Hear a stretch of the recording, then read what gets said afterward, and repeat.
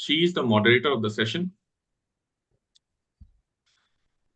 Professor Vidya Jain, a distinguished professor of political science, served the University of Rajasthan for 38 years, notably as principal of Maharani College, Asia's largest girls' college.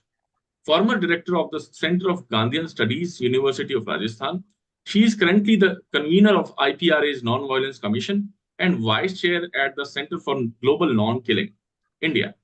With leadership roles in peace organizations like APPRA, she is a prolific author and respected scholar in Gandhian and peace studies. Her impactful books, including Peace, Nonviolence, and Gandhian Concerns, advocate for global harmony. Dedicated to youth empowerment and Gandhian ideals, she is a beacon of peace advocacy worldwide. So, welcome, Professor Vidya Jain. I request you to take over the session from here and start the proceedings. Thank you, ma'am. Thank you, Chaitanya. Good morning and namaskar from the pink city of Jaipur. And today is the very, very pink morning. I welcome you from, this beautiful city, and happy Basant Panchami, happy Valentine Day for the global friends. And I believe that this is a day of love and compassion. And when we talk of non-violence, the talking of love, compassion, service becomes very, very important. And until and unless we bring Gandhi into center stage, until and unless we give women the pivotal and leadership role, as Ambassador Chaudhary mentioned yesterday, nothing can happen. Before I begin, I want to just say a few words of deep gratitude towards my mentor, guide, Dr. S.L. Gandhi Saab. He has always had great faith in me and assigned me several roles. The Jaipur ICMA conference we organized here, I was had a great, leadership role over there. Thank you so much, Gandhi ji. And your second name, just it is not Gandhi as simply. I see a real Gandhi in you when you come forward and help the aspiring scholars and activists. So, friends, the last century has been the bloodiest century in history with two world wars and endless conflicts. The last decades have put the world on the path of globalization, where phenomenon of intolerance, terrorism, and war are inherent. If we look at the balance sheet of development and human well-being, of power and poverty, of hegemony and equilibrium, and of global village and fractured civilization, a disaster picture of world order emerged. The liberalization of trade has led the way to enslavement of people. The industrial technological development, military supremacy, cultural hegemony, and dehumanizing competition have endangered the very existence of human souls and Mother Nature. The world today is composed of solitary, autonomous individuals and big markets. This is a world without families, neighborhoods, ethnic communities, cities, towns, and nations. The contemporary world is witnessing a continuing struggle between the forces of violence and compulsions of non-violence. There is a need to create a sensitivity about the growing incidence of violence and new challenges to non-violence in different countries, and developing an understanding of how to move to a peaceful world order. To quote Gandhi, non-violence is the greatest force at the disposal of mankind. It is the mightier than the mightiest weapon of disasters. Gandhi is as relevant as he was never before. The increasing episodes of violence, environmental degradation, increasing gap of rich and poor, hegemony of market over individuals and communities, and increasing atrocities against women and Mother Nature have brought Gandhi center stage. After the dismissal of two prominent models of development, which are capitalism and Marxism, here is a third model of development, which is sustainable model of development, which is the appropriate technology model of development, which is pro people, pro poor, pro working class, pro peasant, pro work women, and above all, pro Mother Nature. So let us bring Gandhi into center stage, and the one learns about the legacy of non-violence, more he or she can be confident of its future. Alternatives to violence exist, and many individuals and groups have conducted creative reflections on nonviolence and engaged in creative nonviolent action. It implies active and dynamic love, respect, and reverence for all living beings of this beautiful planet. The world is not just a world of conflicts and wars, of greed and hatred, of possession and waste. More and more people are actually, more and more people live in harmony and peace. More people care for others than self. More people follow the dictum of simple living and high thinking than those living luxurious lifestyles. We are an earth community, earth democracy. It is an interconnected web of life. No one has the right to encroach other species' spaces. Gandhi says, I am therefore you are, and you are therefore I am. And this peaceful coexistence is not among humans, but birds, animals, rivers, lakes, mountains, they all live with each others. We are not individual beings, we are world beings. We are sons and daughters of one God. And that is why, and what we are doing, we are encroaching other species spaces. We are taking their share of water, their share of space, their sunshine, keeping them in cages, cutting them, killing them, and eating them. This is not done. Dalai Lama says somewhere to human beings that you are the smartest children of this Mother Nature. Behave yourself.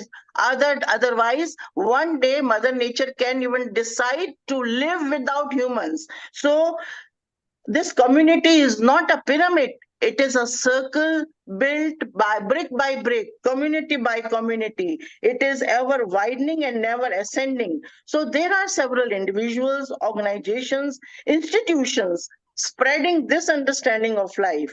The need today is to hear those voices, establish a network among them, and carry forward the wonderful work of these wonderful people.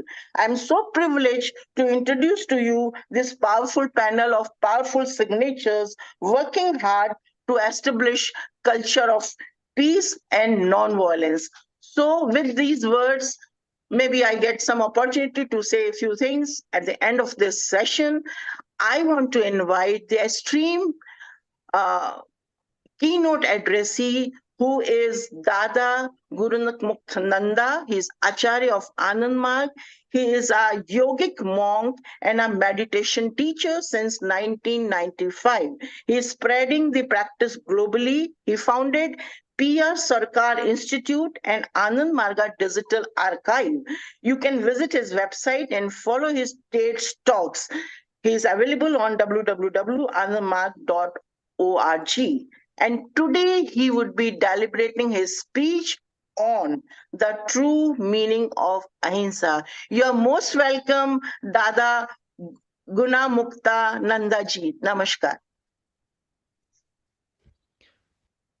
Namaskar. Thank you. Namaskar. I greet the divinity within you all with all my mind and all my heart. I thank the respected Acharya ji and the organizers of this event for inviting me. I thank our respected moderator and my fellow panelists. Can you hear me okay? Yes, sir, we can. You can be a little louder, but A little louder? that would work fine. Yes, sir. Let me just check my volume.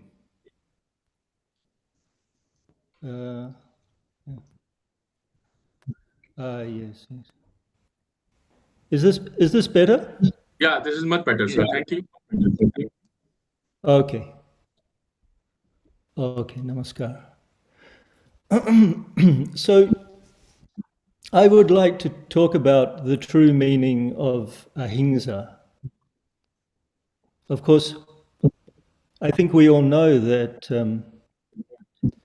the yogic principles of morality, yama niyama, yogic ethics, Yama means control over external expressions, and niyama means internal regulation. And of the 5 principles of yama, ahimsa is the first component, the first one, the first of 5. Ahimsa, satya, steya, brahmacharya, parigraha. So ahimsa, well, let me first say that yama niyama are, as principles of morality, are not static, they are dynamic. So yama niyama, the yogic principles of morality, represent a dynamic morality, not a static or a simplistic morality. It's called spiritual morality rather than simple morality. Simple morality, the principles are set in stone. You don't use your conscience in order to decide a path of action according to the circumstance. But in yama niyama, in spiritual morality, one uses one's conscience in order to act appropriately under any given circumstance. So ahimsa is the first upayantra of yama. Ahimsa means non-harm in thought, word, and deed. Not inflicting pain or hurt on anybody by thought, word, or action. Now, an important point here, and I think probably the essential point, is that ahimsa does not mean the non-use of force. This has been erroneously interpreted by some teachers and disciplines and sects, that ahimsa means not to use force in any given circumstance. But, of course, if we think about it, we cannot avoid using force in life. To live is the process of using force. Use of force is essential for life.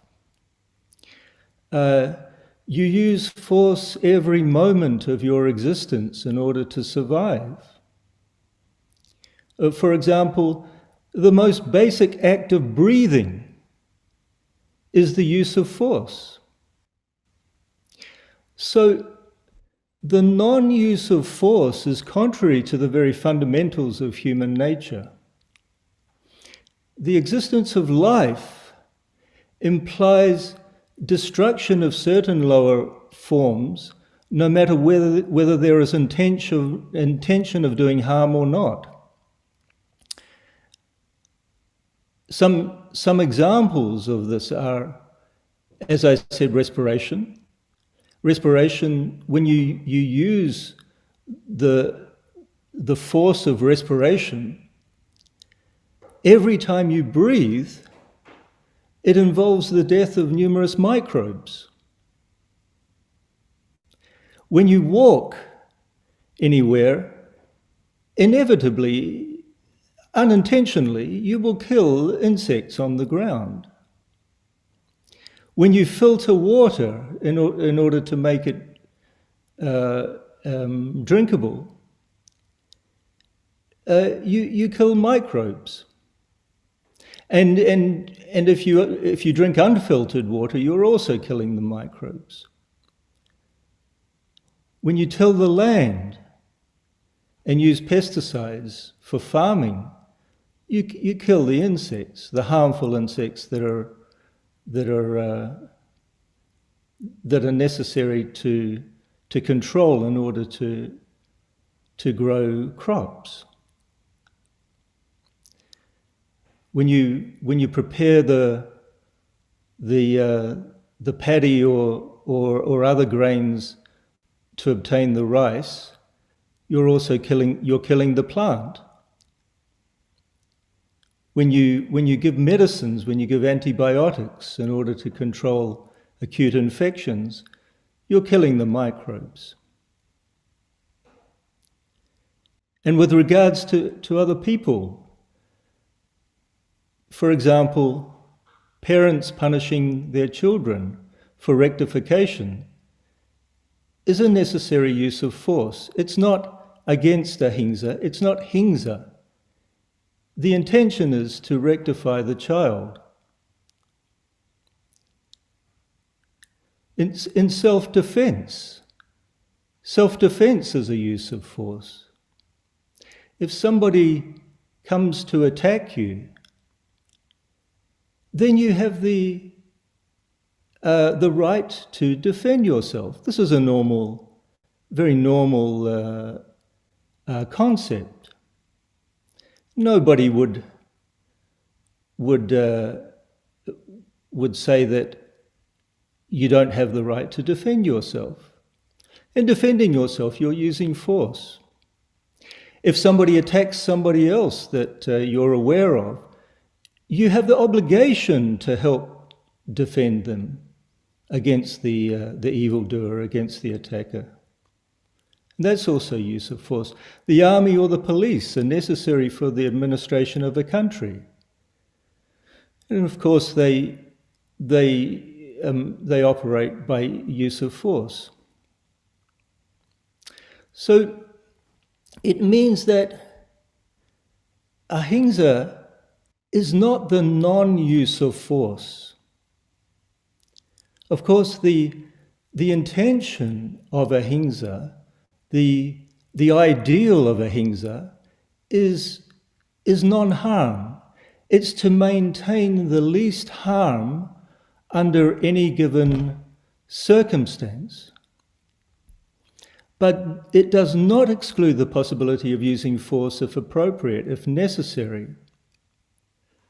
I mentioned the example of self-defense. So sometimes of course, we try to avoid it, we try to minimize it. We try to, ideally, it would be ideal if we could live in a world where we don't have to defend ourselves, we don't have to use force in order to survive and to make this world a better place. But if there are aggressors, and there are aggressors in this world, of course we all know that, sometimes it's necessary to use force in order to prevent a greater use of force or a greater harm. So this is a very important concept which was elaborated on by my Gurudev, my Guruji Sri Sri Anandamurti. He was very adamant about this, that in order to live properly, in order to live a good life, and in order to create a better world for oneself and one's family and one's community, one's society, for the whole world, we must use force in our day-to-day life in the ways that I've elucidated before. And unfortunately, sometimes we must use force in order to defend our rights and liberties. But in doing so, it's the intention that's important. So, for example, if one's intention is harmful, if one uses force in order to intentionally, to unnecessarily harm others, that is hingsa. That's the opposite of ahimsa. That's hingsa, that's harm. But if one is compelled to use force, not with the intention of harming others, but with the intention of preventing a greater harm, of defending others, then that cannot be called hingsa. In fact, not to do so would be hingsa. If somebody attacked you and you failed to defend yourself, then you are creating hingsa against yourself by letting the aggressor attack you. If somebody attacked somebody else in your orbit and you failed to try to, of course, we don't all have the physical strength to resist all people, but at least we should do our best. If we failed to try to defend somebody against a greater harm, then we ourselves would be committing hingsa. So ahimsa means the use of the appropriate use of force under any given circumstance. The non-use of force is against the very spirit of your existence. As I said, intention is key here. Intention is the key. Your intention should be to maintain the least possible harm in any given situation. Now, I'd like to elaborate a little bit more in regards to two aspects: food and fight. First of all, food. What is the application of ahimsa in relation to food? The rule, the yogic rule for selection of food should be to take one's food from lower forms of consciousness in preference to higher forms, from the lesser evolved rather than the more evolved, to select those forms of life whose physical, mental, and spiritual expressions are the least, rather than those which have greater expressions of these three. And this is called the gradation rule. For example, plants in general have less self-awareness than insects. Amphibians have more awareness than insects. Reptiles have more awareness than amphibians. Fish have more awareness than reptiles. Birds have more awareness than fish. Mammals have more awareness than birds. And humans have more awareness than other mammals. There are exceptions, of course. For example, cockroaches are exceptionally developed insects.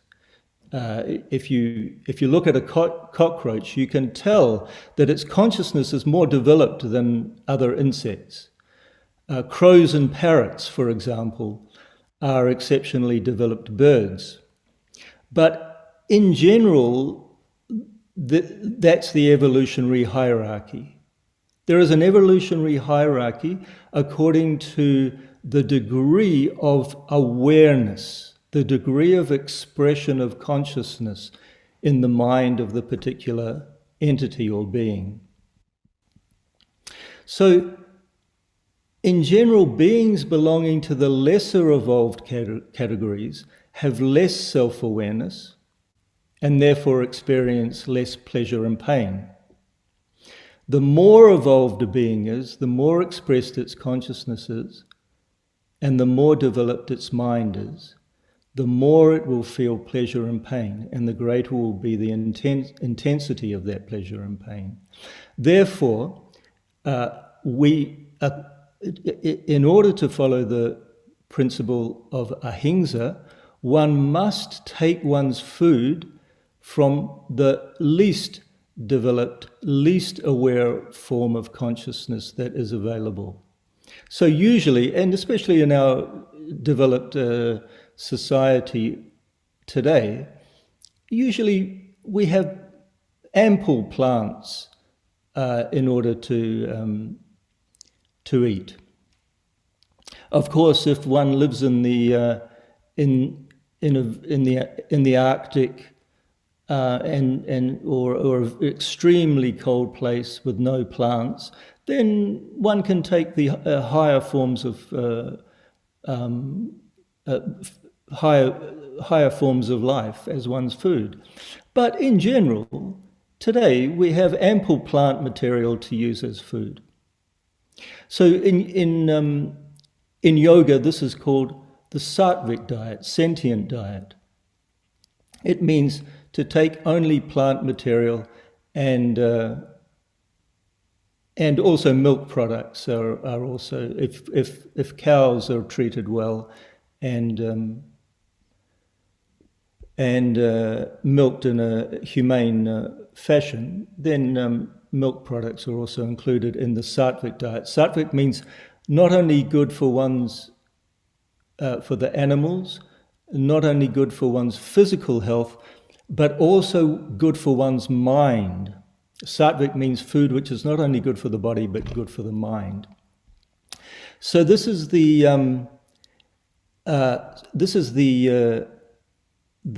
gradation rule regarding one's food.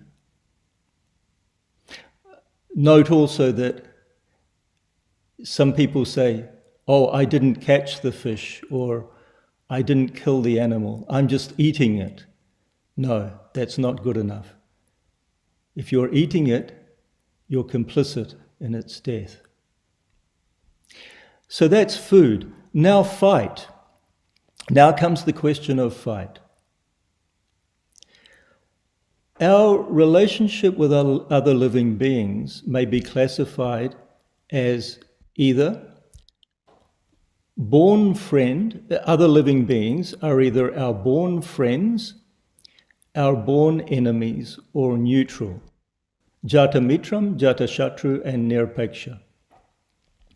So the rule is that to kill a jata mitram is hingsa, it's harmful, if it's not essential for one's food.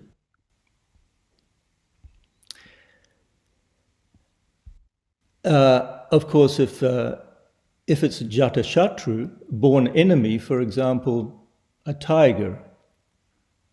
A tiger is a born enemy of human beings. If a tiger is in its natural habitat and it's not threatening human life, then it would be hingsa, it would be against the principle of ahimsa to kill it. But if, for example, it comes close to the village or close to human civilization and it threatens human life, then it would not be against ahimsa to kill it. Why? Because, as I elucidated before, one would be preventing a greater harm. It is a lesser harm, for example, for the tiger to die than for the tiger to kill a human being. Human beings are higher forms of consciousness than tigers. Therefore, it is a greater harm for the human being to die than for the tiger to die. So I've used the example of the tiger, but of course one can extend that to all animals and decide according to circumstance what the the appropriate action would be. Now, how should we behave with other human beings? Human beings are not like other beings. People with good or neutral intentions should be treated as jata mitram, born friends. And people with bad intentions well, thankfully, there are not so many in our society. Thankfully, the majority are either born friendly or neutral. But those people with bad intentions should be treated as jata shatru, as born enemies. In other words, if someone intends to needlessly harm you or others, then he should be treated as a jata shatru. A jata shatru in the human sphere is known as atatayi. That's the Sanskrit name for jata shatru. Human jata shatru is atatayi. And there is a particular shloka which is appropriate, which I won't go through all the different aspects of the shloka, but the essence is that if someone intends to harm you in any way, then one should not let that person harm you.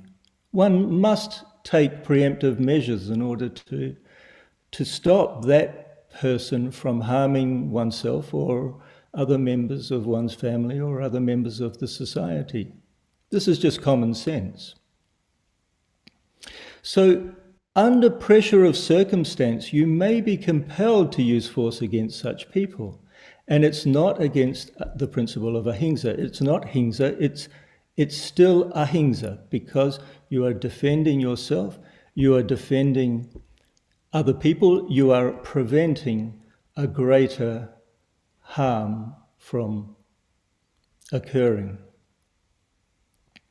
My Guruji Shishyanandamurti said, if ahimsa is taken to mean non-violence or non-application of force, in such an interpretation of the term ahimsa, not only is killing prohibited, but even to fight a defensive fight is not allowed. Heroism is revealed in fight against aggressors. The use of force against an aggressor is valor, and desisting from such use of force is cowardice. But of course, one must assess one's strength against the strength of the aggressor before acting, unless the attack is imminent, in which case one should act regardless. In other words, fight against aggressors must be strategic. My Guruji Baba also said, if any person or a nation wants to occupy all or part of another country, the use of physical force against such invading forces is not against the principle of ahimsa. Rather, by a wrong interpretation of the term ahimsa, or by interpreting hingsa and brute force as identical, common people will have to suffer from loss of wealth, happiness, or other hardships. So, for example, it wasn't Gandhiji and his policy of passive resistance that got the British out of India. The real hero of Indian independence was, in fact, Netaji Subhash Chandra Bose, who rallied against British exploitation and oppression by forming the Indian National Army and taking proactive measures against the British. That's how the British left India. And indeed, the independence of many other formerly colonized countries depended on that heroic action of Netaji, because Indian independence had a knock-on effect of ending colonialism around the world. Of course, political colonialism was subsequently replaced by psychosocial colonialism or pseudo-culture, but that's another story.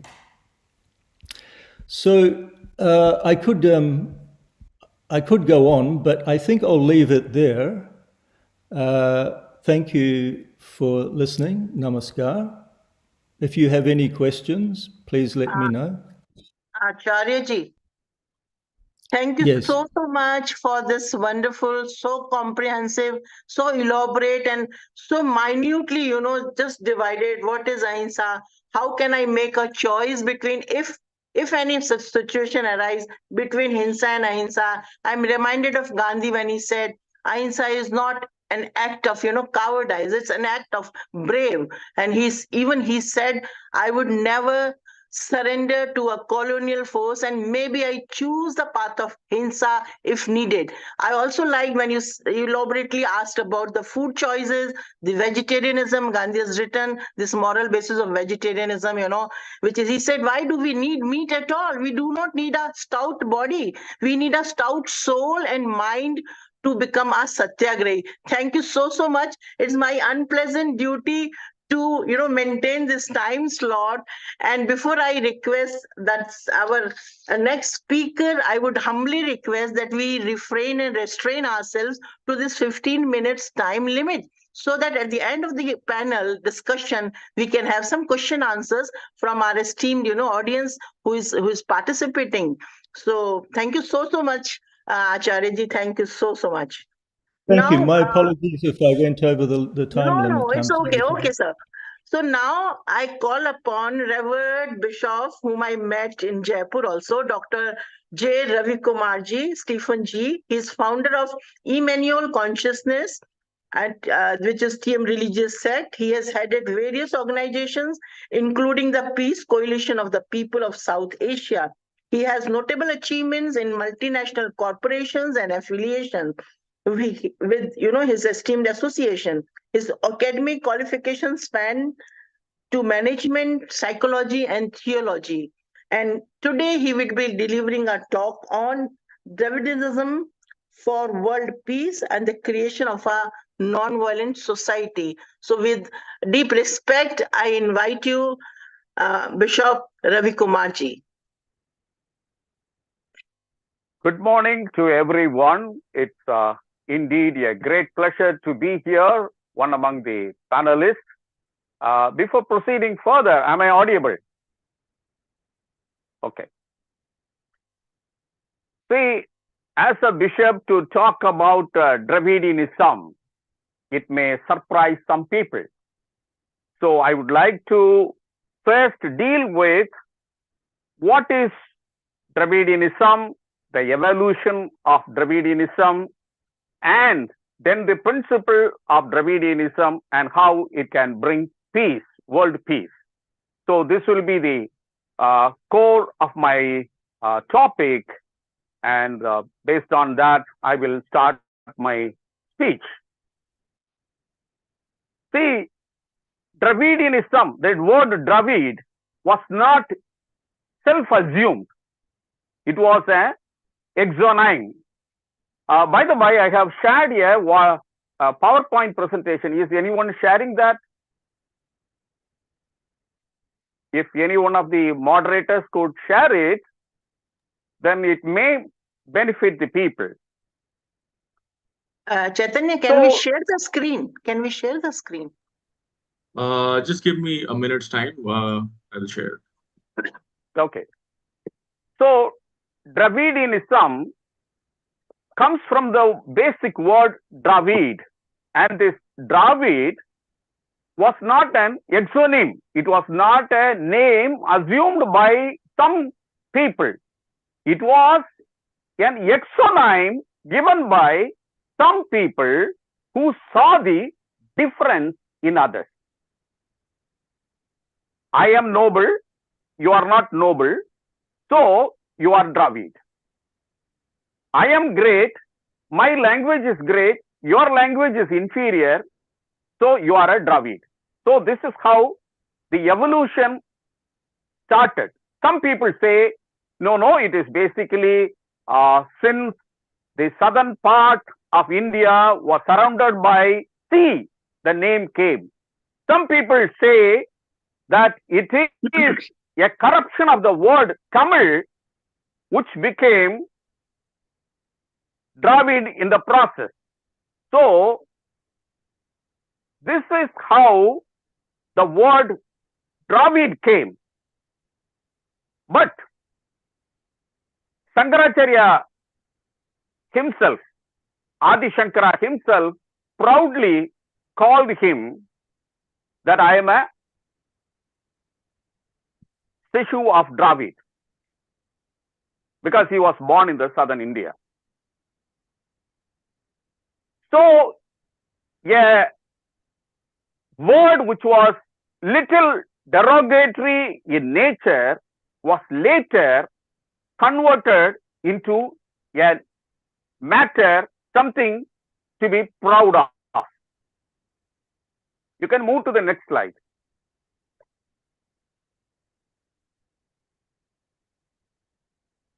So, later, after Adi Shankara, during the British period, the Justice Party in Tamil Nadu took this concept and they laid the concept based on, you can go to the next slide, based on certain basic tenets followed in the lifestyle of the Tamils. They evolved a principle of Dravidianism. So it comes from, the first one comes from Thiruvalluvar, who himself is considered a Jain saint. He said, பிறப்புக்கும் எல்லா உயிருக்கும். No, go to the earlier slide. He said, பிறப்புக்கும் எல்லா உயிருக்கும். That means all are equal at birth. Maybe later, due to our qualification and orientation and our own effort, we may differ later, but everyone is born equal. This is one of the sayings of Thiruvalluvar, which he told about 2000 years ago. And every Jain can be proud of this, because Thiruvalluvar is considered a Jain saint. And the next one comes from an astronomer who said this about 3000 years ago. He said, Yadum Ure Yavarum Kelium. That means the place where I domicile is my country, and all are my relatives. These are the two principles of Dravidianism. And the Justice Party, when they came to power in the Madras presidency, they considered these two basic tenets as their guiding principle for their governance. As a result, they took up the social justice, the empowering the people who are socially marginalized to come up. So as a result, they brought in lot of social changes. There were lot of social changes that happened during the British period. It is not because of the British people, it is because of the Justice Party. The Justice Party, which followed the two principles of Thiruvalluvar and Kadiyan Poonguttanar, they laid out the guiding principle for a bigger governance. And later, even after independence, when Kamaraj became the chief minister of Madras state, he also followed the same principle, though he is not from the what I can say, the Dravidian party, because later the Justice Party became the Dravida Kalaha. So whichever party, whether it is Congress or who call themselves they belong to a Dravidian party, they always followed the two guiding principles, that all are equal at birth, and the place where I domicile is my country, and all are my relatives. Based on that, the governance in Tamil Nadu started, and in the process, a word which was considered derogatory later into transformed into a science or a principle called Dravidianism. You can go to the slide which was there earlier. So next slide.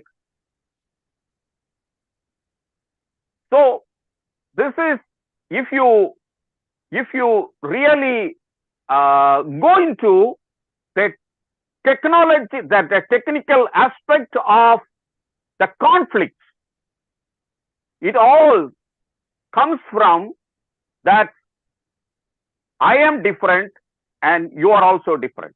No, the science says we are all a part of and parcel of God. We are all created by the same person. And in some countries, in some religion, they say we are the chosen people. So we are the chosen people, you are not a chosen people. So that is where the difference comes in. And the reality is, everyone who is formed in this world have 46 chromosomes. That is a reality. That is a science. So no one can be a chosen people Because if they are chosen people, their chromosome has to be different from others. That is not the case. Go to the next slide. So this is the chromosomal pattern of human beings, which many people know that we are all equal clinically, we are genetically equal. Thank you. Go to the next slide. And we also come to another awareness as the advancement of science is going. There are people who consider themselves that this is my country. This is my boundary. These are all the geographical boundaries are human made. When God created the world, He didn't create any boundaries. It is we who have created, this is my country and you are an alien in our country. And my race is superior, and this is what the conflict between the Afro-Americans and the Caucasian Americans in US. That I am different. My skin color is different. Your skin color is darker.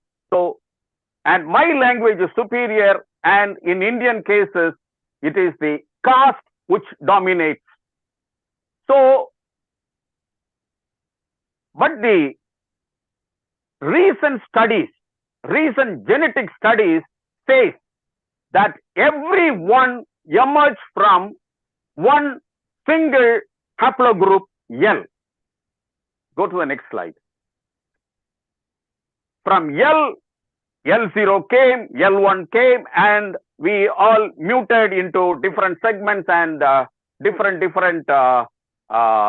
ethnic groups formed. But the reality is, we all humanity emerged from one single family. This is the family tree of the whole humanity, we can say.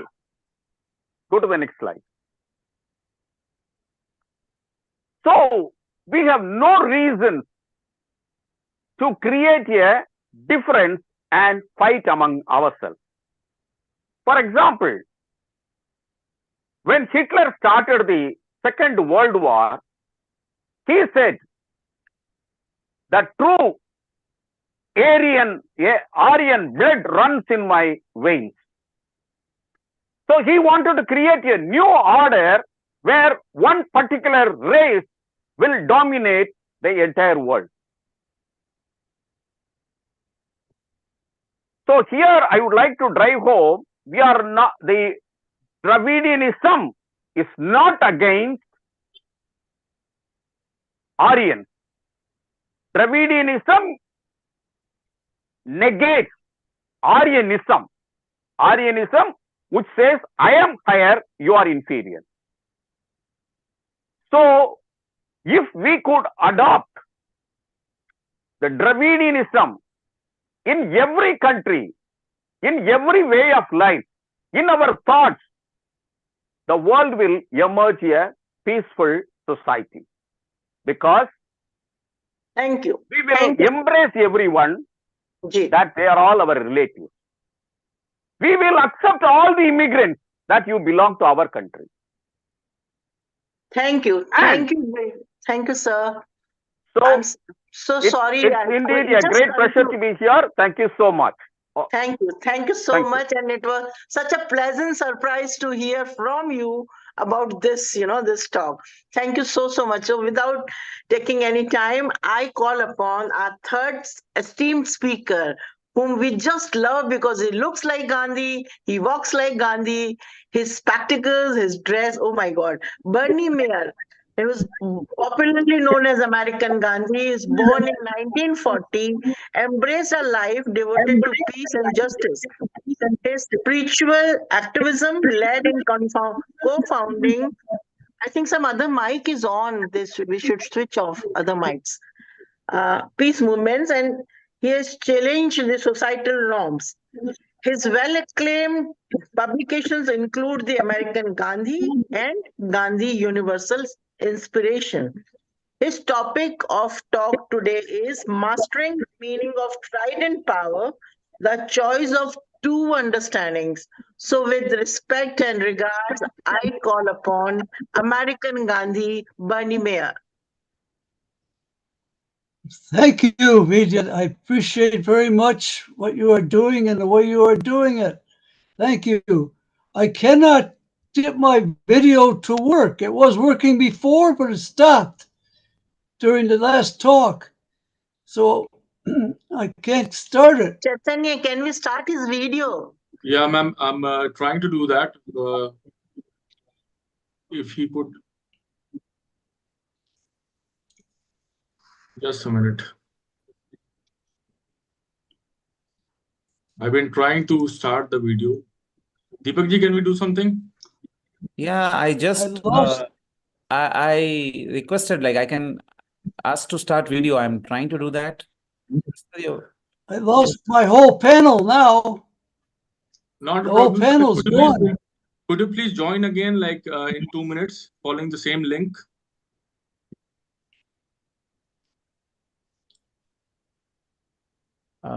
Chaitanya ji, I'm trying to start, but I'm sending a request from here, asked to start a video. So he must be Yeah. getting a pop-up on his screen where he needs to say okay to start the video. I do. It says meeting alert. It says start the video, but I can't. It doesn't work. Okay, so sir, please, I would request you to leave the meeting and rejoin on the same link. Maybe we can have a workaround there. So, meanwhile, Chaitanya, meanwhile, shall we request Anil Dutt Mishra ji? Sure, ma'am. Sure, ma'am. We can have Mr. Meyer later. So, friends, let's wait for his some technical difficulty. Let's invite Dr. Anil Dutt Mishra ji, who is a very good friend of mine, a known, well-acclaimed Gandhian. He began his career in Jain Vishnu Bharati, advancing to the Deputy Director at National Gandhi Museum. He has authored more than 30 books, and today he would be talking about Anuvrat, sustainable development and world peace. Anilji, the floor is all yours. Thank you, Vidya Madam Ji and other colleagues. It gives me really an immense pleasure to be here in this August God gathering. Today I am talking about basically how to debate on non-violence, because without a debate we cannot reach to any conclusion. Basically, I am stressing on the Anubrat, and that is the need of the hour. Achar Tulsi is no more in flesh and blood with us, but the vast corpus of his ideas and the Anubrat movement is the part of his legacy. His ideas and action are still a guiding force to save humanity from the catastrophe. His idea will be relevant in the millennium because he combined theory and practice.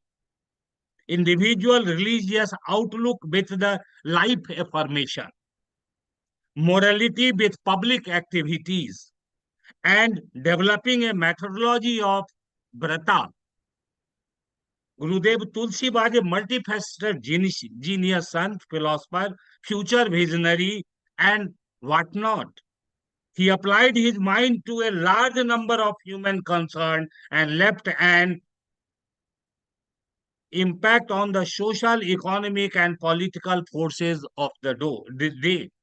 Through Anubrat, Acharya Tulsi always spoke and understood the language of the downtrodden. He gave voice to the voiceless, power to the powerless, and he empowered a lot of women and others. Not only that, he wrote, spoke, and provided philosophical basis for which the various worldly questions and their non-violent solutions. Gandhi said that only we can solve the world problem through the non-violence. Non-violence in thought, non-violence in action. Today, the entire world is passing through a critical phase of human history.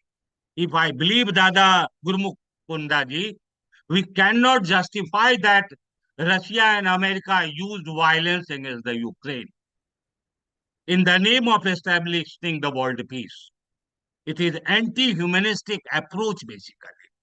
Violence is violence at any span of the time. And even the Jainism say that any cost we cannot allow the violence. And here, Acharya Tulsi said, everywhere violence is dominant and conflict of various types became order of the day. The Western world, through the materialistic domination, through the superiority of the technology, military technology and others, they are dominating the entire world. I will present one data here. 19% of the rich world, they consume 81% of the world resources. How can you justify this one? So therefore, we need a distributive justice. And therefore, we need a brata to control the materialistic aspiration. And without that, we can't do it. And here Acharya Tulsi proposed answer to their challenges. The contemporary human solution is by bringing into the operation of the spirit of love, the human dignity, and the sense of universal brotherhood through the use of internal power. His principle of non-violent social change is the best on three fundamentals of his philosophy. And these three are ahimsa, aparigraha, and anekantavada. Have three integrated facets called namely the anubrat. Through the small goals, you can change the world. What is ahimsa? And here I will give much more stress on the Gandhian concept of ahimsa. And the Gandhian concept of ahimsa is based on Indian tradition of non-violence. Gandhi greatness as a leader. What he said, non-violence is the basic premise of Gandhian thought and action.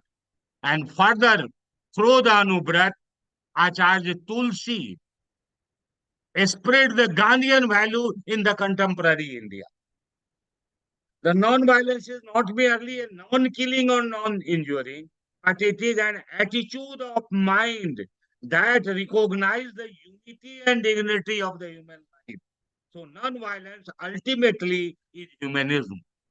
And here I will cite one example, Dada Sahab, what Gandhiji said and what Gandhiji did through the non-violence. He used non-violence as a technique. It is not the technique of the weak. It is the technique of the strongest person we have.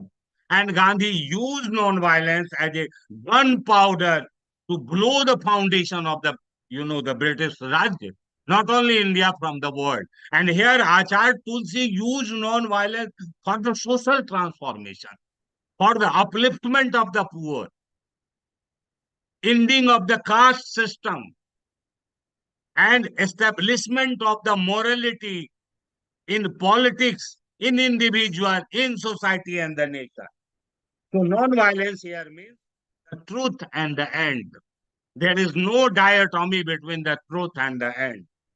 Absolute non-violence would coincide with the absolute truth. Only a relative non-violence is a means to truth seen by the man. So absolute non-violence, like absolute truth, cannot be realized by man until and unless you are a spiritually superior person. Now, the Gandhian concept of non-violence does not mean submission to the other, does not mean the weakness. There are four fundamental principles of the Gandhian concept of non-violence. What are these? Number one, non-violence is primarily an inner realization. without the breath, without the promise, without leading a non-violence lifestyle, you cannot propagate the non-violence. In the name of religion, in name of panth, in name of the sect, we are destroying the society.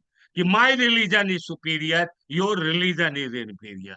What West is doing nowadays, I think one must read what long back Swami Vivekananda said in the Religion of Parliaments, that the superiority of religion is destroying the world peace. And here Anubrat movement believe that inner realization is the must to establish the world peace. Secondly, non-violence is interpenetrated with the truth. Your truth is different, my truth is different. No, truth is truth. Gandhi said, God is truth. And later on he said, truth is God. But when the violence is spreading in the Noakhali and the entire West Bengal area during the partition of the India, and Gandhi said, no, love, compassion. This is called the truth.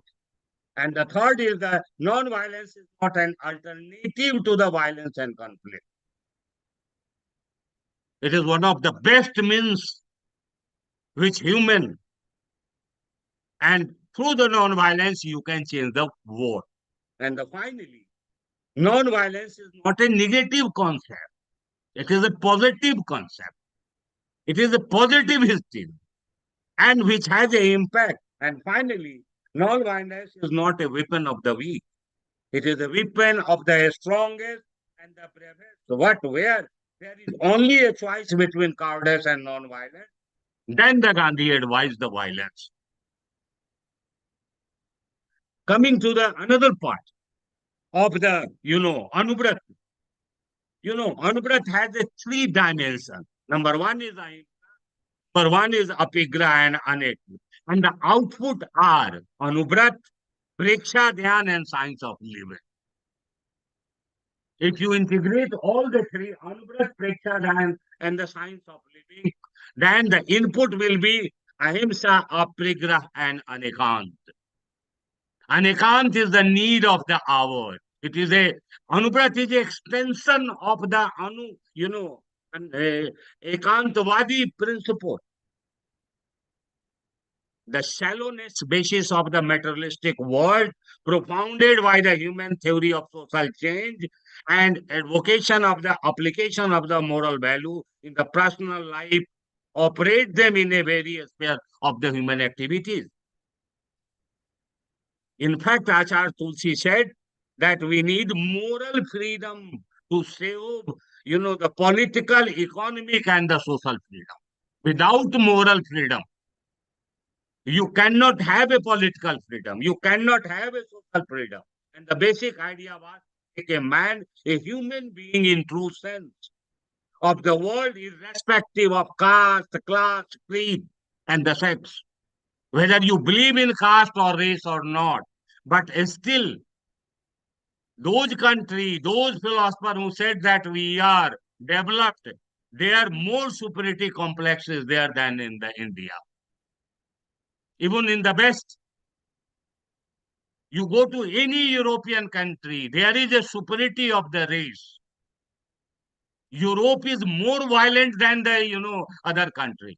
Who is, producing military equipment? It is the Russia. It is the America. It is the European country. They are the most exporter of the deadly weapons. And they are using everywhere in the name of saving the democracy, in the name of saving the, human rights. From where you got the right? We have to question all these things. Only then we can establish the world peace. And last but the more, not the least, I will take 3-4 minutes to emphasize more on the what are the basic, what we need today is through the Anubrat, through the Anuvibha, because I have participated in almost Anilji, yes, Anilji, yes, I'm yes. afraid you have to wind up actually in Yeah, 1 yeah. minute. I will take Sorry, 2-3 sorry. minutes. Yeah. 2 minutes I will take. From the Anubrat, we have to learn. Practice as you preach. The second thing, preserve the relevant, destroy the irrelevant, and create what is needed. And finally, we have to be self-controlled, self-determination, self-dignity, self-respect. And finally, in the end, I will say that Anubrat is a movement of humanism. It is a Anubrat is a movement of individual change to the societal change. Through individual and societal change, we can change the world. And finally, through the non-violence, it is not merely intellectual conviction, but intuitive faith. It is a way of life. It is a philosophy for the individual, for the society, for the nation. Thank you very much. Last word. उजाले अपनी यादों को हमारे साथ रहते दो, न जाने किस गली में जिंदगी की शाम हो जाए. Thank you very much for listening नहीं, me patiently. अभी Thank शाम you नहीं very हो much. रही है, अभी शाम नहीं हो रही है, अभी बहुत काम करना है. Thank you so much for those profound words, and I was sure that you would bring Gandhi into the whole discourse. So from Anuvrat to Gandhi to sustainable development was absolutely wonderful talk. Now I would be inviting Professor Rafal Panemukowaski. He's a professor at the Institute of Sociology of Collegium Civitas in Warsaw, Poland. He is a visiting professor at several centers and university at Bangkok. And today his topic of his talk is the motto of never again as an inspiration for non-violent action. Never again. Let us hear him. What does he want to say on this motto of never again? So Professor Rafal, you are most welcome. Thank you very much indeed. Let me stress I am humbled and honored to be participating in this conference and to be speaking on this panel alongside such eminent speakers. I am currently in Kolkata, but I was born and raised in Poland, a country in East Central Europe. And let me start on a personal note. And anyway, what I have to say today is largely a personal testimony. So how did I learn about the meaning of ahimsa? Initially, for me, as a teenager growing up in post-communist Poland in the early 1990s, ahimsa did not signify an idea or a concept rooted in Indian spiritual traditions. But first and foremost, for me, ahimsa was a music band. It was a rock band that functioned in Poland in the independent alternative music scene, the hardcore punk music scene, of which I myself was an active and enthusiastic participant. And this is how I became interested in the meaning of ahimsa, because I wanted to find out more about the name and the message of a band I followed. And I think this is an interesting and one of many examples of how the message of peace can travel around the world and across cultures through seemingly unlikely channels. And I would like to mention and pay tribute to one particular person whom I met through that music scene, Marcin Kornak. He is visible here on the cover of a special issue of the Never Again magazine. Marcin Kornak passed away in 2014, but his legacy is very much with us today. He He was a co-founder of the Never Again Association and for many years the leader of Never Again. He was also a poet and author of lyrics for songs of independent rock bands in Poland. Marcin Kornak lived with a physical disability, and he also became a symbol of overcoming different types of barriers. And he has had a major impact on me and on many people of our generation in my country.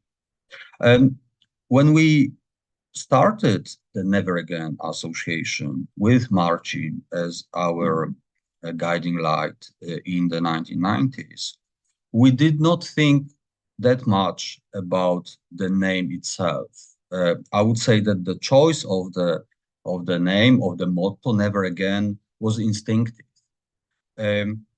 Of course, we mostly related at that time to Polish history and the history of the Holocaust, the history and the memory of Nazi atrocities, which is symbolized by sites such as Auschwitz.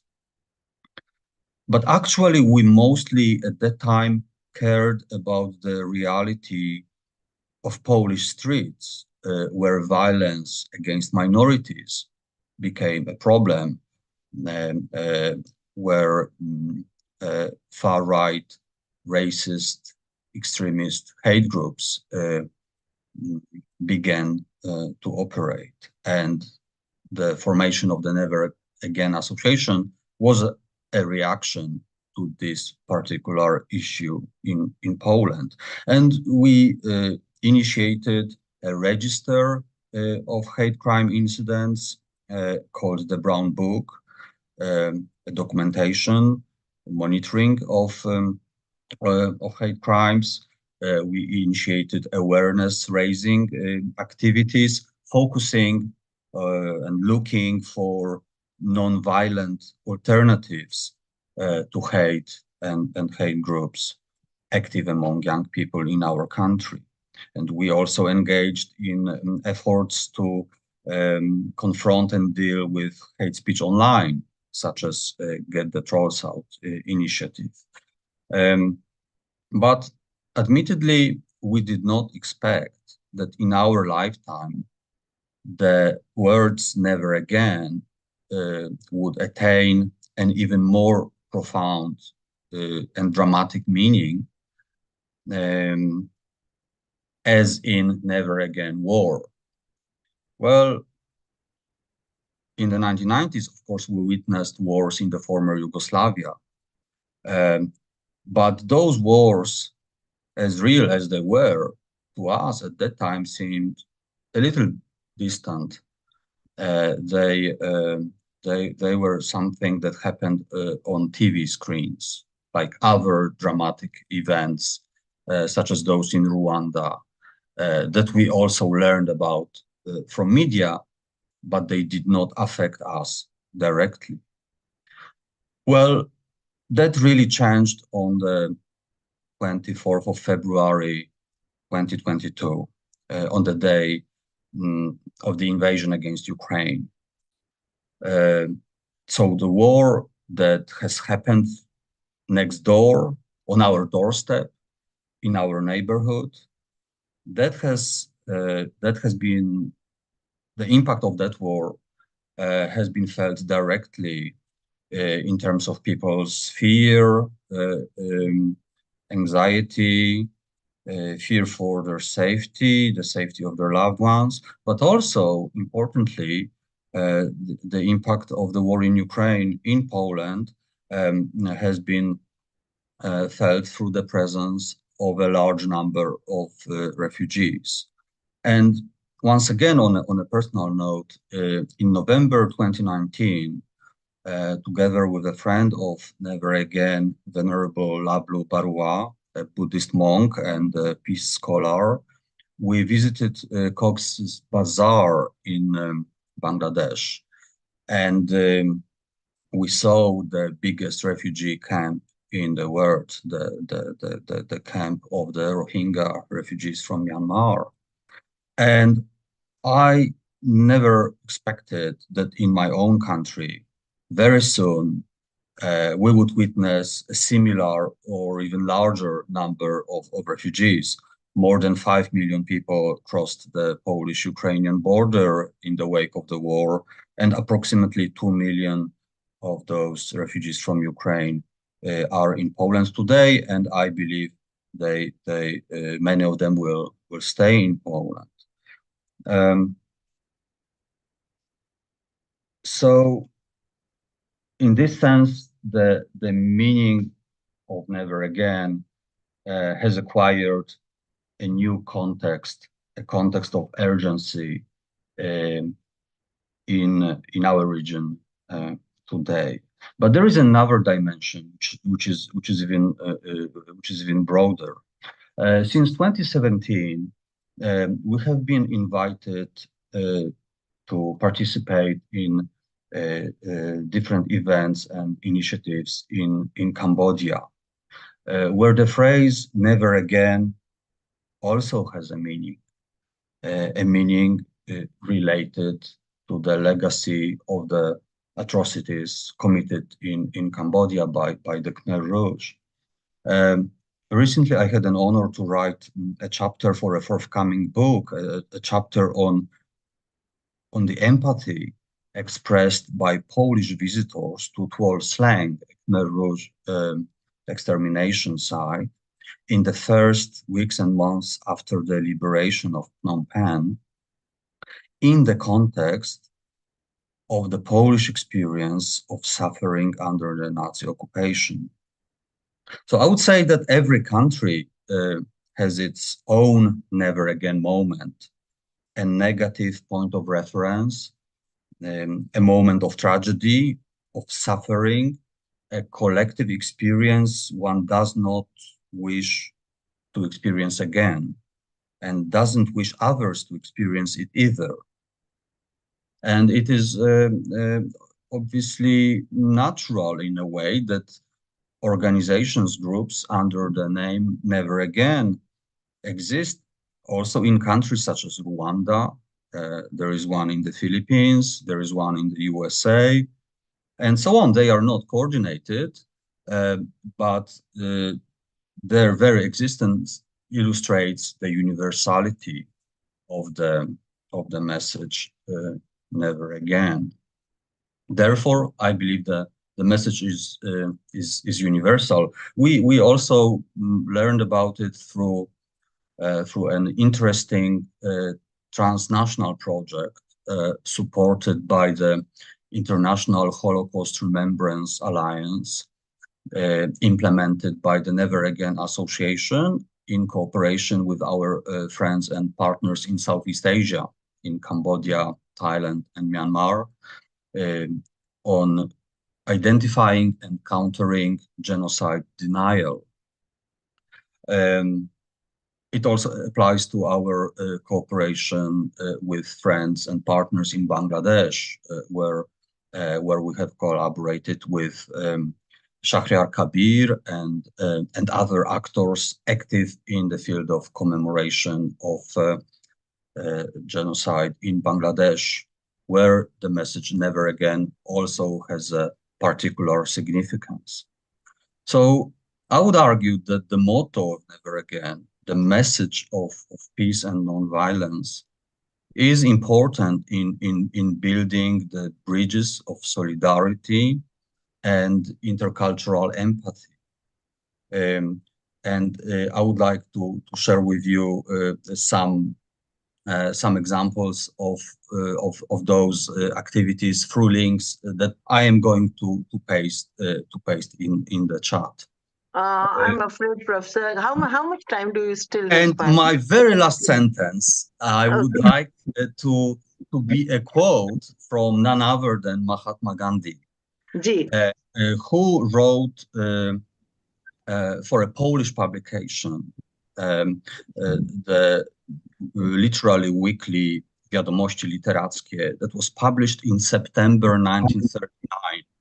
So exactly during the first days of World War II, the beginning of the horror, and I quote, "To those in Poland who believe that only truth and love may be the foundation of better days for humanity, and who do everything to serve these ideals with their lives, I send my best wishes and blessings." End of quote. The historical fact of this publication is little known, but I believe these words have a deep and lasting significance across time and space. Thank you very much.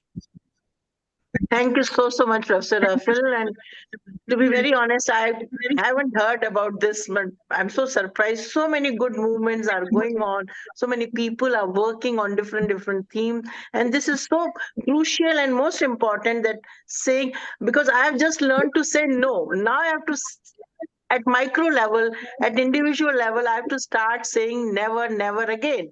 So I will never waste energy, limited resources, water. I will, I can, so many pledges we can take at individual level, but at the transnational level, at cross countries, there are so many things happening. I would like to know more about it and would be reading, and maybe in contact with you, I would learn more about this.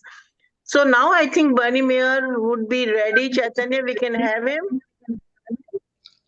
Thank you again. Can you Oh, hear yeah. me? Okay, namaskar. Yeah. Good. I appreciate that. I cannot find out how to make it visible. The video part I cannot make work. It's dark, and so I can only speak with sound. Is that okay? Yeah, it is okay. No problem. Your image is in our mind, so don't Okay. worry. There's a great urgency in the world today, and for many reasons. I want to emphasize the climate and nuclear weapons. And so the title of my talk is We, the world of the living, are in total emergency. We must live nonviolence to meet the emergency. And now I will try to explain that in short terms. It should take 10 minutes. On January 29th, 1948, the day before Gandhi was assassinated, Gandhi said, "On the day before my fateful end, January 30th, Margaret Burke White, an American Life magazine journalist, asked me, how would I meet the atom bomb with nonviolence? I replied, nonviolence is the only thing the atom bomb cannot destroy. I did not move a muscle when I first heard that an atom bomb had wiped out Hiroshima. On the contrary, I said to myself, unless the world adopts nonviolence, it will spell certain suicide for mankind. Now I will explain that a little bit. In 1948, the year of Gandhi's assassination, the world was just beginning to become conscious of the implications of the atom bomb's destructive powers from the bombing of Hiroshima and Nagasaki in August of 1945.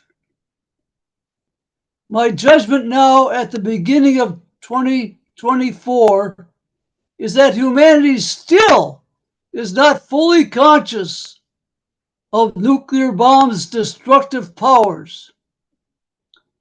Yet we find ourselves face to face with growing potential of the human-caused destructive powers of Anthropocene climate disruption, ACD. Both nuclear weapons and climate disruption threaten all life on Earth. My thesis today is we the peoples of the world, not only the humans, but all living creatures on Earth, are in the process of the seventh extinction. Like nuclear weapons, human inventions, ACD, or climate disruption is due to human activity and motivation. Therefore, theoretically, humans can do whatever it takes to reverse the threats. Since 1974, I have been working to abolish nuclear weapons. Over the last 15 years, I have added ACD to my work of advocacy. In 1970, I went to prison for crying out to stop the war in Vietnam. Many more acts of civil disobedience I have committed since then. People like Jesus, Martin Luther King Jr., Mahatma Gandhi, Thomas Merton, Dan and Phil Berrigan's taught and led me in the way. Many have worked and still work on the same path. Now in 2024, we, 8 billion other humans, share life on the same precipice with so many living creatures. From the depths of the oceans, across the lands of the planet, into the atmospheres, life, in the words of Gandhi, is still spelling certain suicide. Unless, and as Gandhi said, unless mankind adopts nonviolence. Unless mankind adopts nonviolence.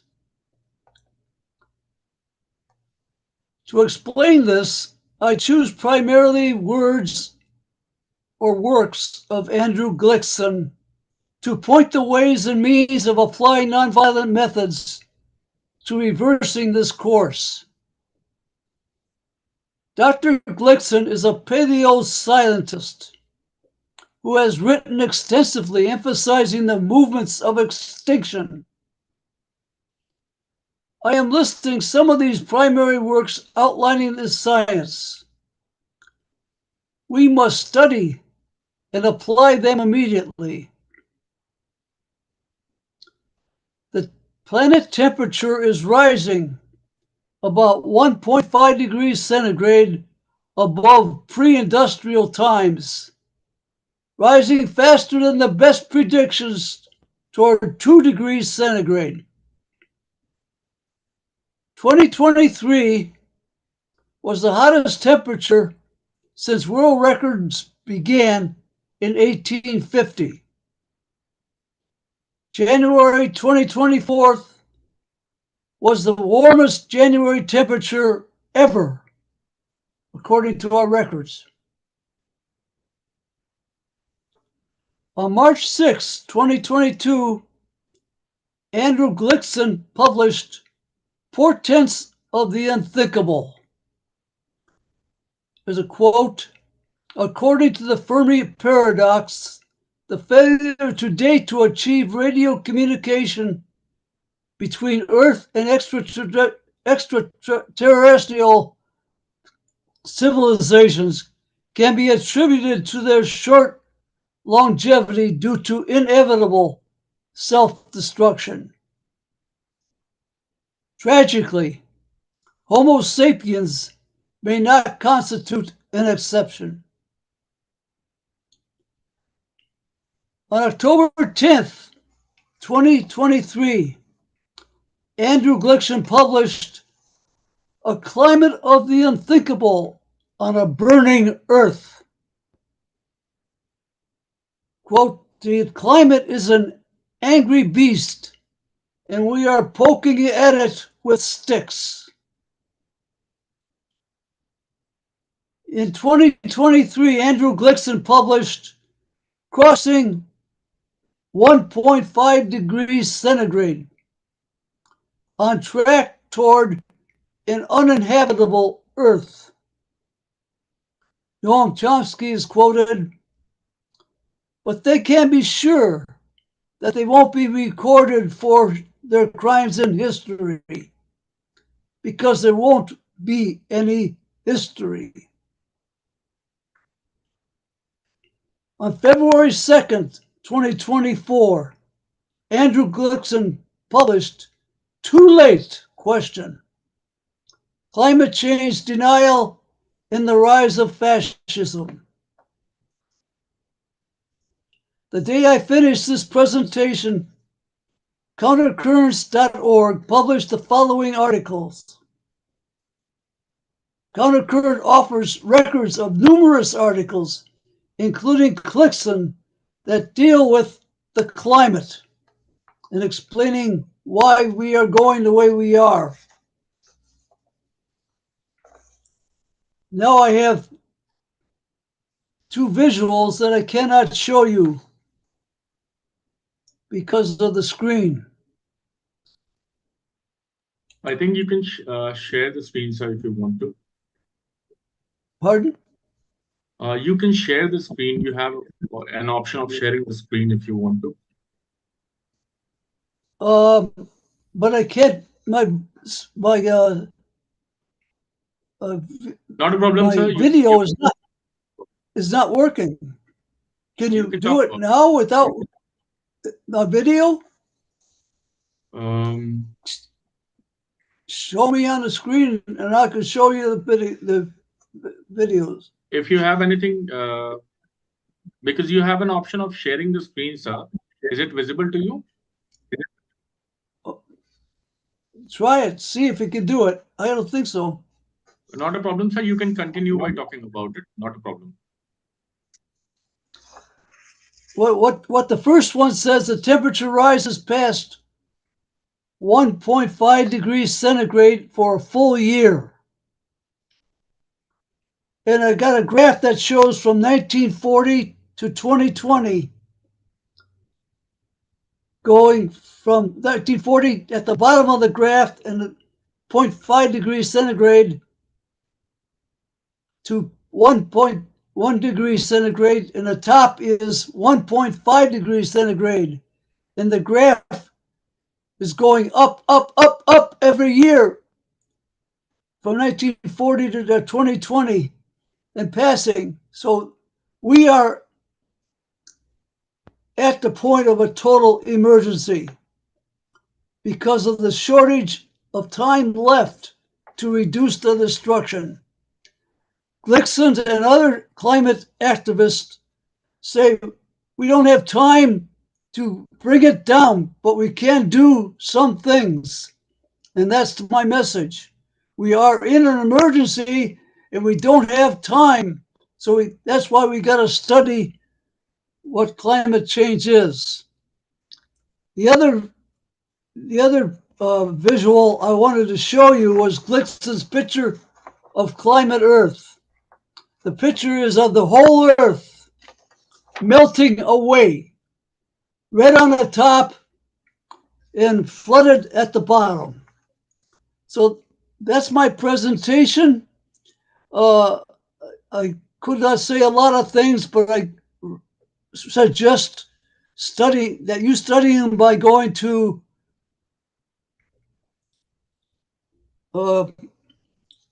countercurrents.org and find Glickson and the other climate scientists.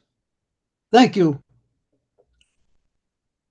Thank you so much, Bani Mayor. It's always a pleasure, to see you, to meet you, and to listen to you. I met you several times.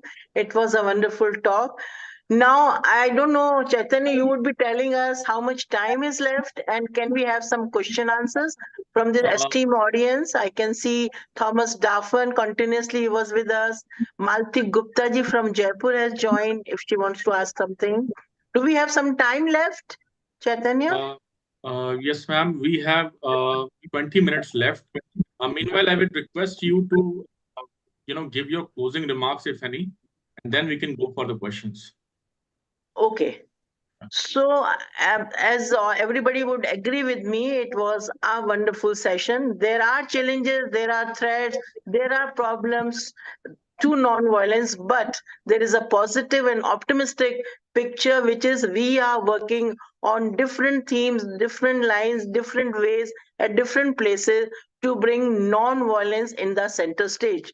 There are there can be many views and opinions to look at it and ways and to work on it, but just as if I'm working with students and youth, I mean, we all of us are non-violent in our heart. We want love, we want compassion, we want support. So I think at my closing remark, with one point which was left and nobody talked about it except Ambassador Chaudhary yesterday, until and unless, because somebody told about this racial, when we say Dravids are better than Aryans or Hindus are better than Muslims or, Swans are better than Dalits, we also imbibe this that men are better than women. I would be putting it all together different way as Gandhi did.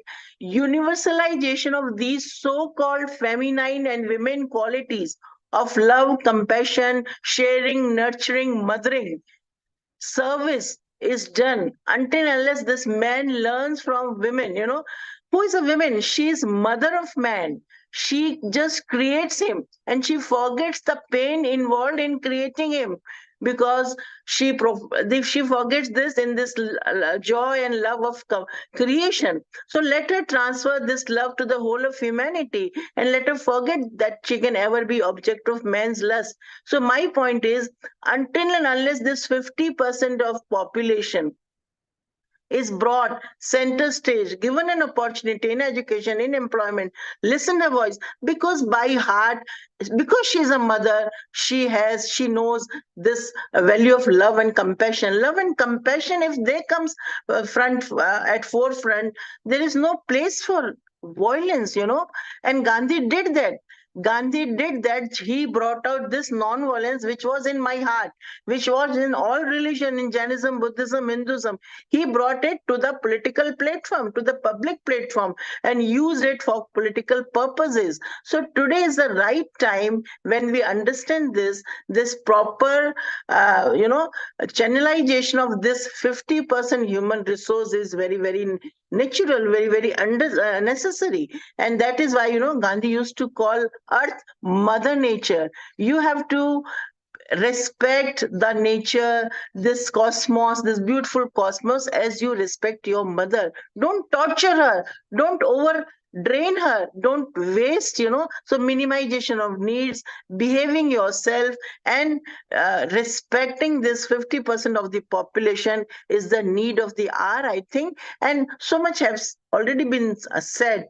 I think this was very, very powerful panel, and so many voices from a bishop to a Gandhian to a Anand Marg Sant has come to us. So there are forces which are working, and I have no doubt that one day would come when the ideal society for which we all perceive and working for, the egalitarian, the beautiful society, would definitely be there. And this violence which is artificially imbibed in us politically, unnecessarily, they divide us, they divide this divided world, would go at a back seat. So until unless love takes our driving seat at this vehicle, nothing can happen. And for that, you have to bring women in the leadership roles. Thank you so much for being wonderful as a panelist, as an audience. And let us have some queries, questions, some deliberations if anybody wants to come forward for that. We're waiting for people to type in the Q&A for their questions. If they have any questions, let us know, or you can raise the hand also, and we will have questions from you directly as well. So, by the by, yeah, I think there are a couple of questions. So, first question we take from Dr. Malti Gupta. Yes. Dr. Malti Gupta, we will be unmuting you, and please ask your question.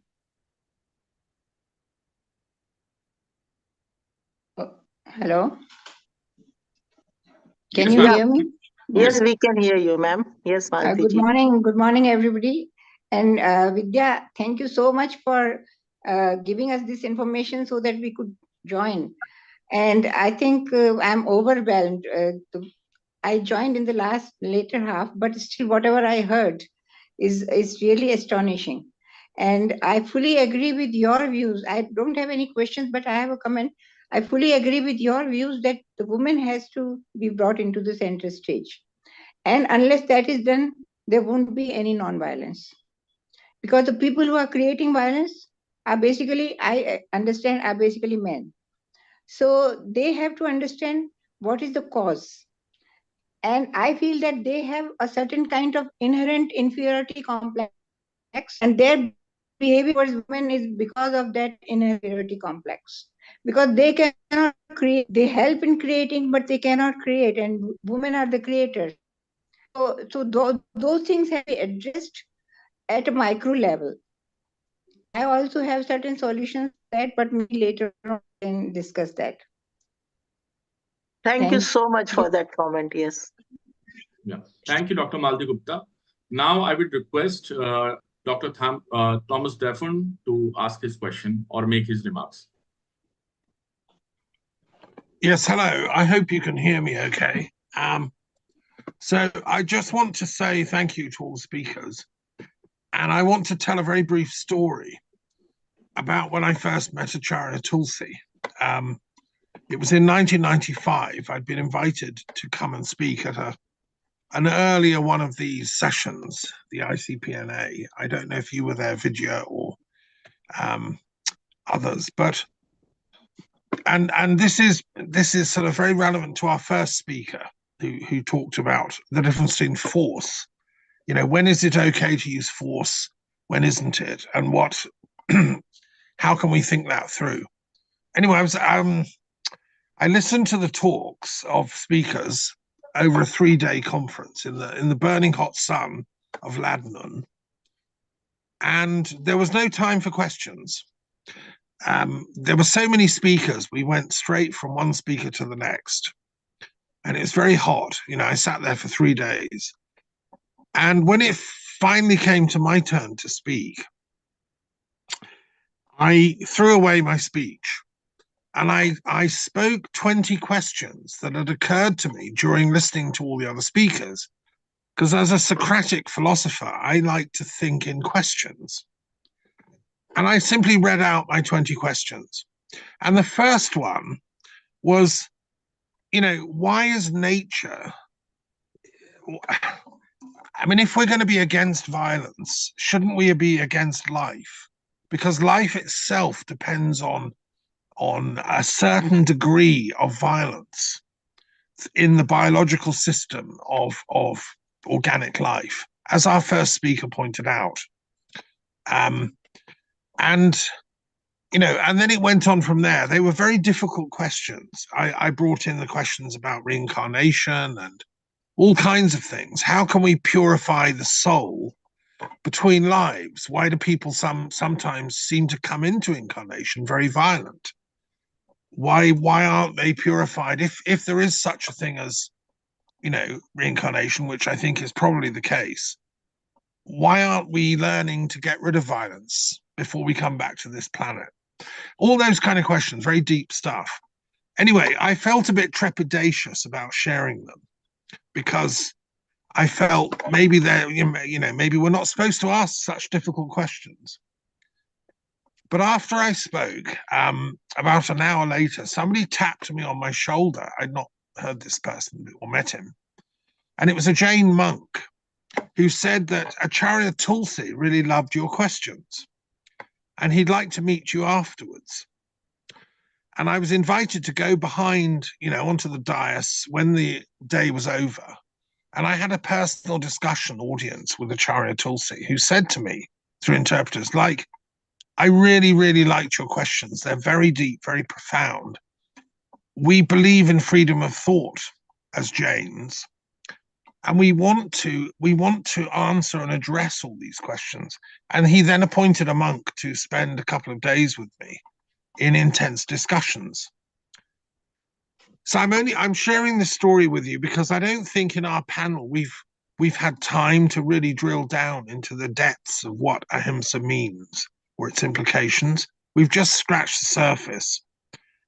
We've started to ask some questions about, what is the distinction between force and violence? Is it ever okay to use it? I would say that the willful destruction of other human lives is never really okay, except, as our friend said, possibly to safeguard against vast destruction. But if you look at the actions of Israel currently going on in Gaza, there's a debate here, isn't there? They're arguing they're going after Hamas in self-defense, but we can see as a world community that killing 100,000 people is hardly self-defense. So the danger with the argument of using force is it can be distorted and manipulated. So anyway, I just want to thank the speakers and just to say to you, Acharya Tulsi would love us to have this conversation. And we, and thank you to Vidya for your work in nonviolence over the years. Let's keep the conversation going. But it is important, as Bernie Mayer said, this is an emergency and we have to get this right. So thank you anyway. Yeah, this is an emergency and solidarity is the answer to this. Thank you, Thomas Daffan, for all your efforts and such an elaborate, deliberation. Yes, then Dr. N.N. Panikkar has raised hand. Dr. Panikkar, please speak and please unmute yourself and speak. You're muted.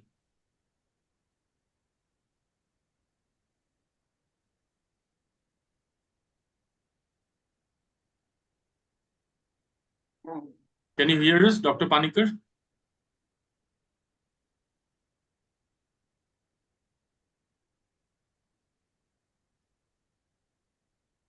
I think there is some technical.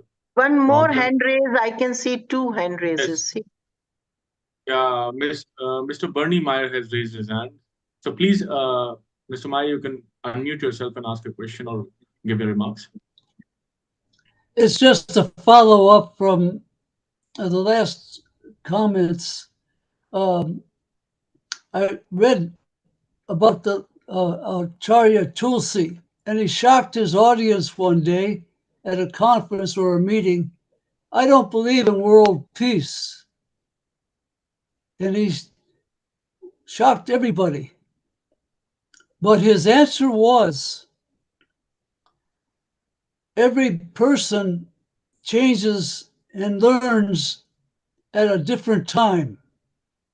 So you can't get everybody thinking the same thing together. Everybody learns at different rates.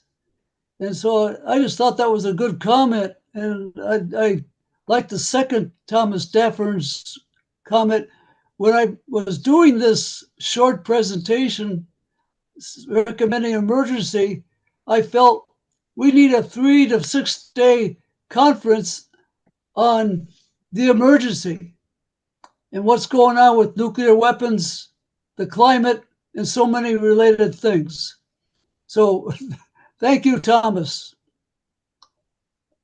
Thank you, Mr. Meyer. Now I request Dr. N.N. Panikkar to speak. He's unmuted.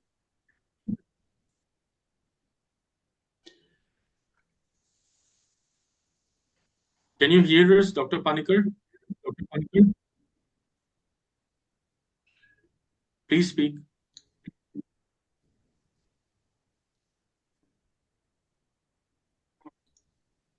He's still muted. Yeah, he was unmuted for a brief while. All right, so I think we have Dr. S.L. Gandhi also with us. So I would request Dr. Gandhi. Chaitanya, uh, before that, I think Anil Dutt Mishra ji and Ravi Kumar ji were raising the hands. We oh, can. were they? Okay. So we have another 5 minutes. So I would request Anil Dutt Mishra ji to ask a question or give his remarks. Thereafter, we'll have Reverend Ravi Kumar ji. Yeah, it is remarks basically from the Anuvratic, perspective. The need of the hour is harmonize the religion, harmonize theory and practice. Without that, we cannot achieve the non-violent world. Thank you very much. Bishop Ravi Kumar ji. It is, you raised an issue about that none of the speakers have mentioned about women. And in fact, Dravidianism, part and parcel of Dravidianism is empowering the women. Rather, that is why, Sati was abolished in Madras presidency for the first time. So, women were the forerunners of Dravidianism. So, only thing I missed out mentioning Yes, it particular, and you brought it very nicely. Thank you. Thank you, sir. Thank you. Can we have Dr. Anil Panikkar now?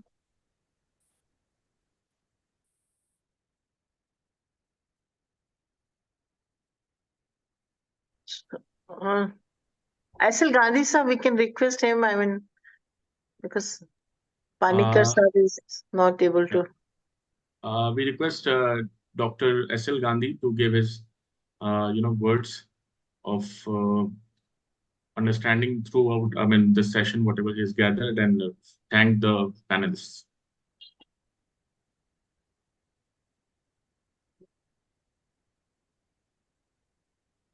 Can we hear him? Sir, you have to unmute yourself, I think.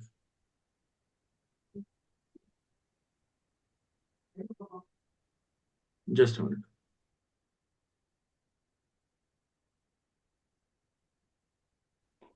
Gandhi sir, please unmute yourself, and if you can start your video too. Hello. First of all, I express my gratitude to Professor Vidya Jain for having agreed to chair this session.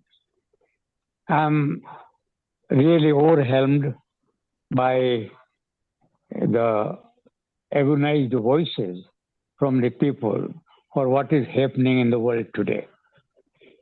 We know that that non-violence lovers are in microscopic minority, but however, their determination, their will to do something to educate people and the value of non-violence, that is something great. I listened to the agonized lament of the American Gandhi, Bernie Mayer. He has participated in many of our conferences, and he has been portraying the Gandhi. His commitment to non-violence is astonishing, and the age also does not prevent him from participating in the movements against nuclear weapons, particularly the Trident, which is causing havoc in the world.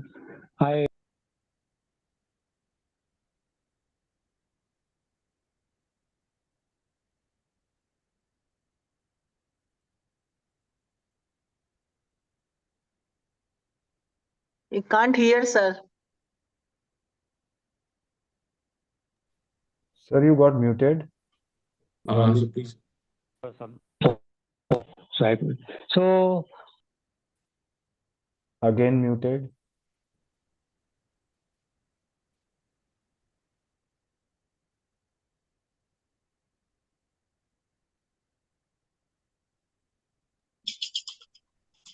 इसको बंद कर hello Professor Vidya Jain's emphasis on the involvement of women, I fully endorse her view because women are full of the milk of human kindliness. And if they come forward, I'm sure the tradition of non-violence can be perpetuated for years together. So I salute all the panelists who have shared their wisdom with us and have enriched our mission to a great extent. We actually have organized more than 10 international conferences and also dialogues in which His Holiness Dalai Lama, Acharya Tulsi, and Acharya Mahapragya participated. So, Anuba is doing a bit to create an environment of non-violence, to create awareness of non-violence among the people. And the support that I get from learned people, spiritually elevated people like Reverend Bishop Ravi Kumar Stephen and the American Gandhi. Also, I consider him a spiritually elevated person. Professor Vidya Jain has been a great force of non-violence during her university career. She has supported our organization and continues to support me in my mission. I am at the fag end of my life. I'm completing 89 years and will enter the 90th year. And at this age, when I see people supporting non-violence all over the world, I feel so happy in my heart.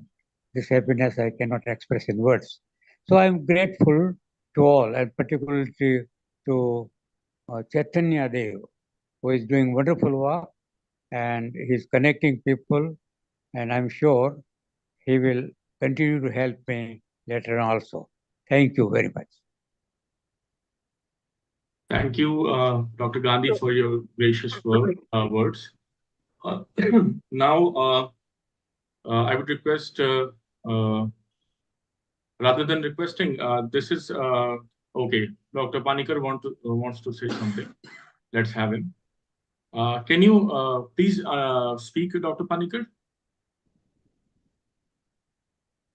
We are not able to hear you.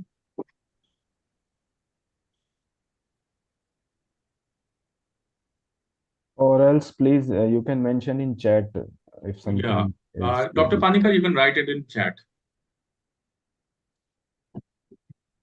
Chaitanya, please tell about the next, plenaries to the audience. Right. So we've had the inaugural session last evening, and that went well. We had various luminaries from the UN, the United Nations, and multiple walks of the non-violent life. So we had successfully done it, and today we, like this session is going good, and following it would be 5 more plenary sessions. So as per the Indian Standard Time, we will have the second plenary session this evening from 8 to 10 p.m. And the other sessions are also scheduled like morning and evening. So the morning sessions will be from 9 to 11 IST, Indian Standard Time. And the evening sessions will be from 8 p.m. to 10 p.m. And these sessions will continue till 16th of February. That is the time period of our conference. So I request all the respected panelists and the attendees who have joined us to please be with us, and the link will remain the same. I think that's about it from our side. I would like to thank Professor Vidya Jain for graciously, helping us to moderate the session. I would thank Dr. Gandhi and other team members from Anuvibha, who have been working tirelessly with us. And thank you so much for being here. I request all of you to stay with us throughout the conference by joining all the 6 plenary sessions as scheduled. All the information is available on the website regarding the sessions, and looking forward to have you all there.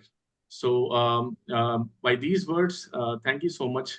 for being Thank here. you, everyone. Thank you. Namaskar. Thank you.